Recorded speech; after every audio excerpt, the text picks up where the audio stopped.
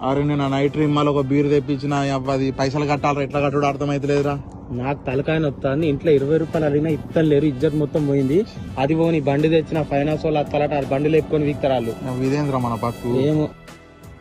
అరే వాడు అత్తాను చూడు, వాడు హైదరాబాద్ ఉంటారా, మనది లోకల్ మస్తు నడుతుంది. ఎప్పుడు పైసలు ఉంటాయి, మనం మొత్తం లెవెల్ మెయింటైన్ చేయాలి. రాని ముందు ఒక లెవెల్ మాట్లాడు అంతే. మాట్లాడు. సరే రాని. హైరా ఎప్పుడు వచ్చినారు హైరా నుంచి? నిన్ననే వచ్చిండ్రా. Okay okay. అరే మనకు 2 లక్షలు ఇవ్వాలి ఇచ్చిండా? మనకు 2 లక్షలు ఇవ్వాలి ఇచ్చిండా?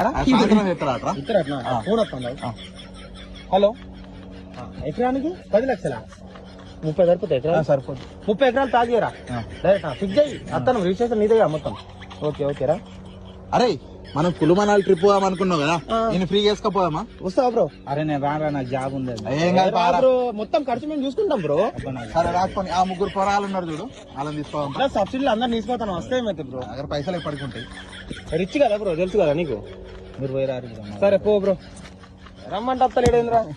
మంచిగా ఎక్కువైందా? ఏం కాదు.